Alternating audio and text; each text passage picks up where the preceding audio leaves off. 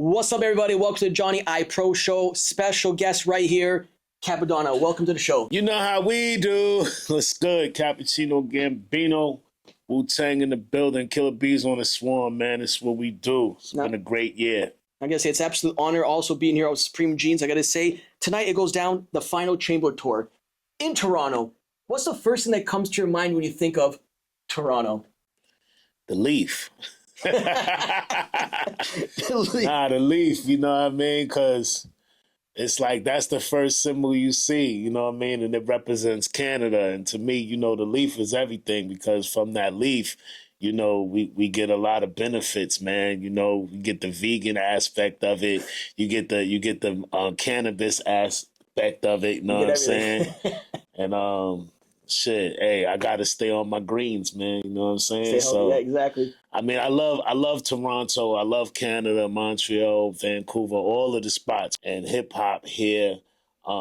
Actually, my first album, The Pillage, went gold here first. I got my first plaque ever from Canada.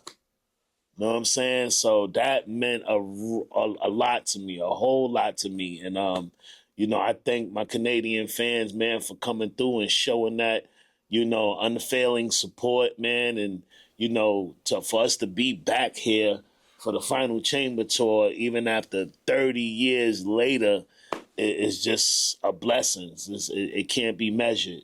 Exactly. Now, I gotta say now, on your hat as well, on the shirts, the WU TANG logo, it's engraved in so many places and a generation. It's like a cultural. Now, when you see this logo everywhere, how does that make you feel? It made me feel like, you know, we made a mark on the world and that, you know, we really had something to give. You know, as youths, you know, we always, you know, was in the street and dealing with street life and struggles and fast life and fast money and cars. But we never, well, me personally, I never realized or recognized that we had so much more to give. You know what I mean? And that WU W, you know, those are just the wings. That's the wisdom that, you know, it took for us to rise above our shortcomings, man, and to really come into ourselves, man, with that knowledge to be able to bring forth that understanding, which everybody could resonate with today and understand our struggles and understand our pain and not, you know, use it against us, but use it as a stepping stone of knowledge to help each one teach one in their own life. Couldn't have said it better. Zach, I gotta say now, what got you into music? You know, hip hop started from the Bronx. You know, that's the word. That's what they say. African Bambaataa. You know, the Sugar Hill Gang, Cold Crush, Melly Mel. You know what I'm saying? So it was just something that we grew into. It was a culture. It was a way of life. It wasn't just being able to rap. You know, it took a DJ. It was graffiti involved. It was the fat laces, the way we dressed. You know, it was a artistic expression of how we expressed ourselves. You know, being the voice of the oppressed people. That, you know, we had so much to say and couldn't be heard, so we created a way, you know what I'm saying, to let our knowledge be born. And we did that through self-expression in the hip-hop music and the hip-hop culture itself, whether it be graffiti, whether it be the way we dressed or the way we talk with a lot of slang, and just incorporating that into our lifestyle, man, you know, and it made it hip. And whatever's hip, that's what people hop on. Exactly. Now, who are your inspirations growing up? Fans love to hear this, like artist-wise. I mean, all of those who I said, you know what I'm saying? Curtis Blow, I mean, the Cold Crush, all of these legends, man. LL Cool J, you know what I mean? That's the GOAT. Big Daddy Kane, Slick Rick, you know, Spoonie G, you know what I'm saying? Cool G Rap. So many great ones out there. Cool Mo D, man, and you know, the legacy of hip hop has no beginning nor end. You know what I'm saying? We know it for starting in the Bronx, but it was some doo-wop singers out there that had some raps way before, you know, that era of hip hop really became a conglomerate. You know what I'm saying? So yeah, it's just, you know, we take a piece of everything from everybody in the culture, man, and that's the mixed Kool-Aid of hip hop right there. Exactly. Now I gotta say, now how do you stay so consistent? Like your accolades, they don't lie. You're like all that stuff, like so many solo albums and Wu Tang. Like, how do you stay consistent? I just seen you there drop 16, blew my mind. Was that done like what in an hour? Like giving your, I want to give you your flowers. You know what I'm Something saying? like that. I want to give you your flowers and just say like, thank you for I all appreciate you've done that. throughout your whole career. Like giving everybody, a young generation, every generation, like something to look forward to all the time. Well, actually, it blows my mind too, man. You know, that I could still have something to say, that I could still deliver something, you know, to the people, you know, the about my struggle, about my shortcomings. You know, God said, glorify my shortcomings. So not the things that make for pride. You know, in other words, you know, we should brag about the things that we thought we'll never make it through. Like I've been homeless before. I drove a cab. You know, I was in special ed. You know, coming from a broken home. These are all the things that I glorify. You know, so that God could magnify me. You know, and my gift, and bless me for, you know, me recognizing the humility, you know what I'm saying, of what it takes to overcome. You know what I'm saying? Because without struggle, there's no gain. Exactly. You know what I'm saying? So I'm grateful for that, man, and I'm you know, I'm grateful to be here after all of these years, still doing it. It's inspirational. The main thing is to love what you do. You know, you gotta love what you do. You know, you gotta find something that you would do for free, something for something that you would do without getting income from it, and then you could take that and incorporate that into something that you could turn into a business, and that's basically what this is about. But business or not, I love to do it, and I'm gonna always do it, and that's what gives me the ability to be successful after all of these years. Exactly. You said it best right there. As long as you love what you do, you never lose. That's right. Exactly. Now I gotta say, now talk about some of your projects which are iconic. 1995, Ice Cream. Let's talk about that right there. That was the first song, Ice Cream, that I did with RZA. You know, I went to the studio one day. U-Guard took me over there, came to my job, got me. I was a security guard for the housing projects, and U-Guard used to come to my job all the time. So one day I went with him to the studio. RZA was in there. It was just me, Huey, and RZA, and he played that song for me. And I was like, yo, that's dope right there. He was like, yo, why don't you kick 16 bars? I was like, what's 16 bars? I didn't even know what 16 bars was at that time. You know, I always been a hood legend in the rap game.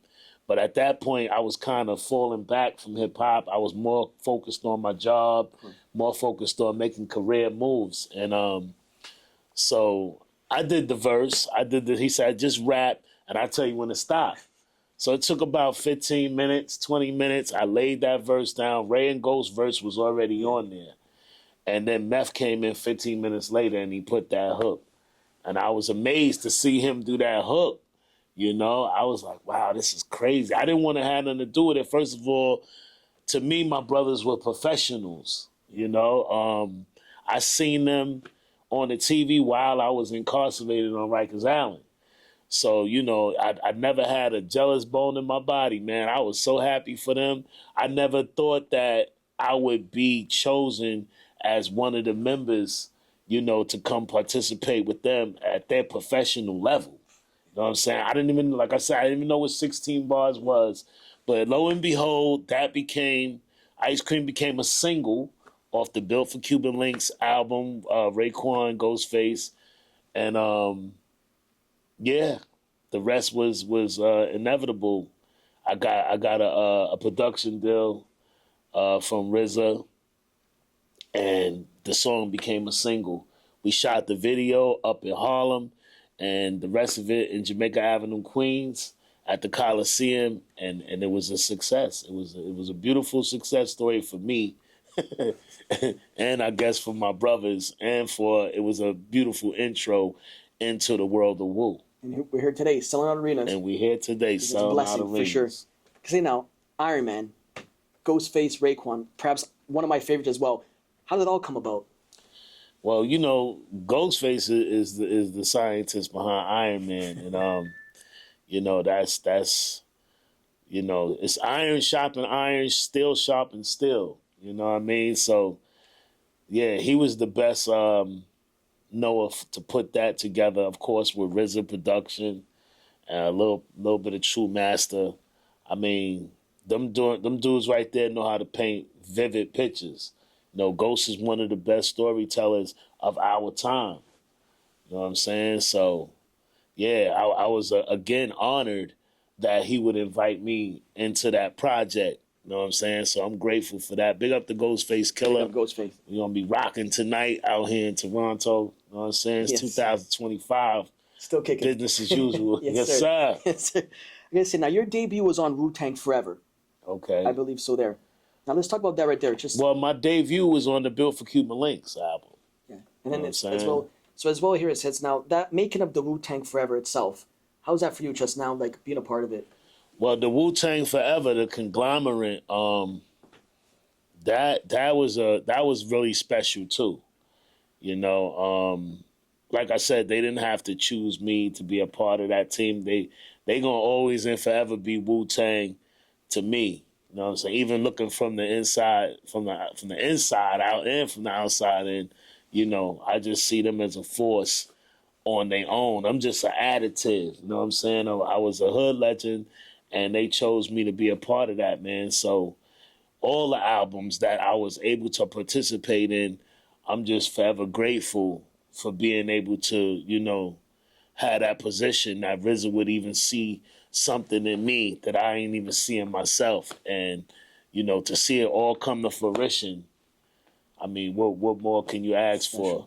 It's like the Avengers. You're a part of it. You're That's always a right. part of it regardless. That's right. You know what I'm saying? From the grain. Exactly. Now I gotta say now your solo odds projects as well, like the Pillage, as you said. Then you got Yin Yang, and then the Struggle. So many classics. But let's talk about the Pillage right there as well. You said it got gold certified here in Canada first. Right. That means we're right. rocking with you. That's We're right. rocking That's with you. right. Yeah. It's like they're the making Big of that time. album right there. True Master was the real brains behind the production on that, and we spent time together in his house, to come up with that certain recipe, and that also means a lot when you could be one on one with the producer instead of sometimes just having the tracks and you over there and he's over there, because it's a chemistry involved that also makes for that good music. The Pillars was a success. Razor Sharp, I got to deal with Razor Sharp and Sony, a little collaboration thing. A lot of hard work went into that, a lot of promotions. I did every bit of promotions that they had for me. And I think that made the difference between fail and success. You know what I'm saying? And the album, with that energy behind it, did well. Especially with the Wu logo and the backing, that also was a great asset. And album went gold in 2 weeks. I think that was a Wu Tang record. I don't know if anybody else album went gold in 2 weeks. That was pretty quick. History in the making. Yeah, so definitely grateful for that, and I'm forever grateful for Canada for giving me my first plaque, because I never had a plaque. It was like when they handed me that plaque, it was on a video show. Y'all used to have a video show out here, big light skinned dude. Is it Much Music probably? Much music or Vaz or something. Or some MTV or something like that. Yeah, right. Yeah, Vaz. Yeah, Yes. So the brother came and gave me my plaque, man, and it was like, to me, that was my high school diploma right there. Because I never got my high school diploma. So that was it right there. You know what I'm saying? Because even being able to travel to Canada to receive that, it took me further than any high school diploma could ever take. Exactly. Couldn't have said better. Now I gotta ask you this: what has music taught you? Man, it taught me, articulation, expression. Um, it taught me how to build, and how to break barriers. You know what I mean? Because music has no limitation. You know what I'm saying? It brings all walks of life together. You know what I'm saying? So, that's what it taught me. Sociology, the study of human behavior, because that's what we write about. You know what I mean? So what I write about is stuff that I go through, stuff that I've seen in my life, which qualifies me as a spokesperson, sort of a therapist. Yeah. You know what I mean? To be able to, guide people through certain situations, according to the situations that I've been through, because they say experience is the best teacher. So the things that I experience that's what makes me qualified to tell you don't do this or don't do that in the music. Knowledge Wu right there. Tang is for the children. Yes, exactly. How important is legacy for you? Legacy is everything, man, because it establishes and molds your work, your body of work, and your visions, your assets to the collective. You know what I mean? And again, and all walks. You know what I'm saying? We building bridges here, so that's the legacy, man. To build bridges that we're able to cross freely, that we couldn't cross in our latter days. You know what I'm saying? So yeah, that it breaks barriers, man. Exactly. That's what legacy is about, breaking barriers. Breaking all of them, exactly. Now, I can ask you this. Fans love to hear this. If there could be a dream collab for you, somebody from the past and the present, who would it be for you? A dream collab. I'm gonna have to go with the GOAT, LL Cool J, man. You know, yeah, I think that's something that even us as the clan, like I think the clan should get together with LL Cool J, Rakim, Slick Rick, and KRS-One. Game over. Woo! Game over. Game over. Bomb I drop it. mean, Legendary.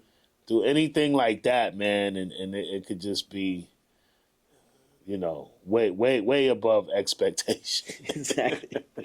Now, if there is the Mount Rushmore, give me your Mount Rushmore of lyricists.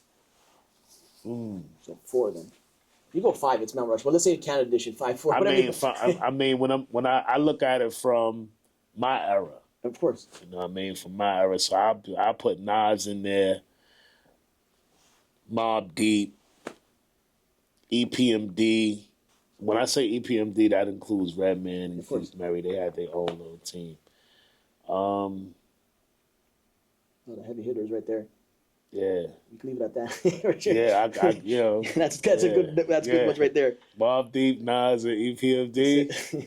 Right in the Mount Rushmore. Because when we came out, that's basically who was in and who we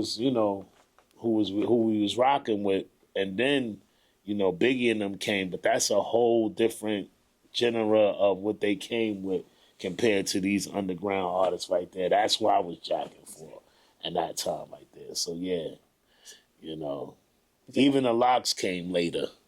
Past that. You know what I'm saying? But yeah, The list goes on and on for sure. that's right. Now, the current state of hip hop, are you a fan of it? Besides, like, the typical internet beef and all this I stuff. could say I'm a fan because, I'll listen to it, and sometimes I might even tune in real hard. I start doing their little bop and dance and listen to all kind of music. Some of it is catchy, some of it is real harmonic. Got good harmonies to it. Some of it is kind of violent, drill music. You know what I mean? But violence do exist within the world. And without that knowledge, you walking blindly into some shit. It's facts. That's life. That's You life. know what I'm saying? So it's just it's good to see that music is expanding. Hopefully it expands for the better. And good collaborations could come out of it. That's all it really takes. If like I said, if the older get a chance to do something with the younger, you know what I'm saying, that's a bridge right there. And then we could form a better understanding from both aspects of life. And, that'll be Unstoppable. that'll be promising. Exactly. Now, how the importance of ODB? I gotta ask that.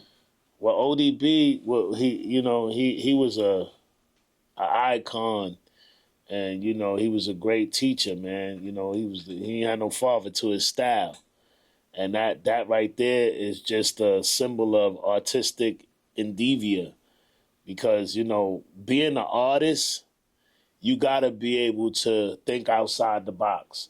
You gotta be able to be original and to boldly go where no man has gone before with it. You know what I mean? And that's what's Old Dirty, man.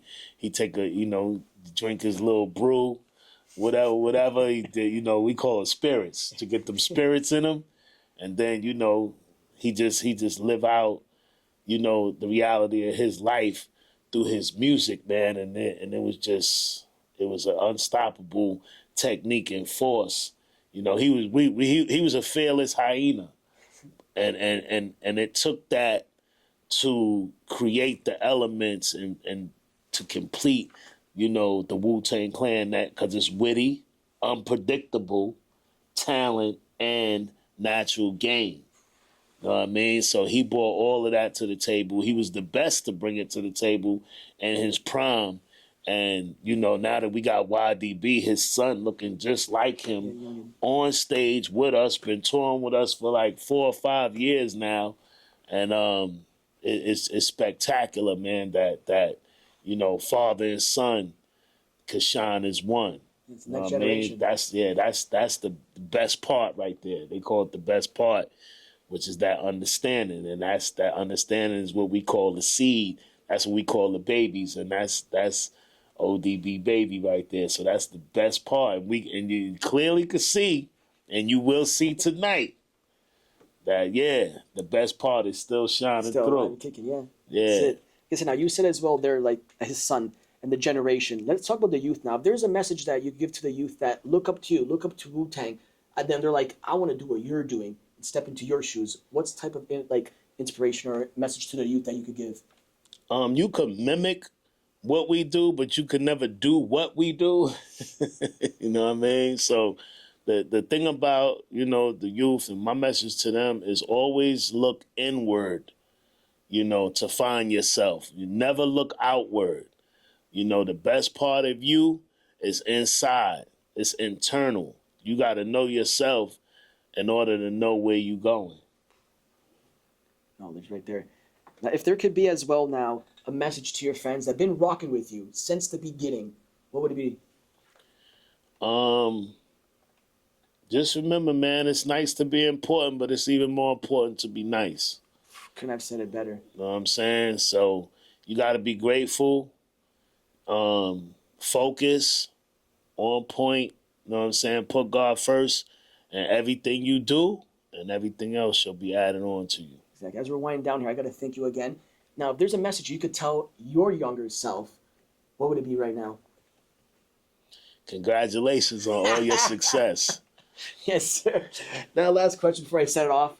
When it's all said and done, what do you want the fans to remember Cappadonna as? A solid individual, man, who stood for what he believed in and never gave up on the dream. And I say on a dream, not a particular dream, but a dream is something that you seen in a vision and strive for it to come into fruition. The manifestation of knowledge, man. So follow your dreams, man, and never give up. Exactly. I got to thank you so much for this. And tonight it goes down, the final chamber here in Toronto. Wu Tang forever, baby. Come on out. Killer Bees on the Swarm. 2025, the final chamber of the first chamber. And many more, fans. And we're out. 35 more to go. Exactly. Blessings. Thank you so much. Wu Tang forever. Peace. Wow.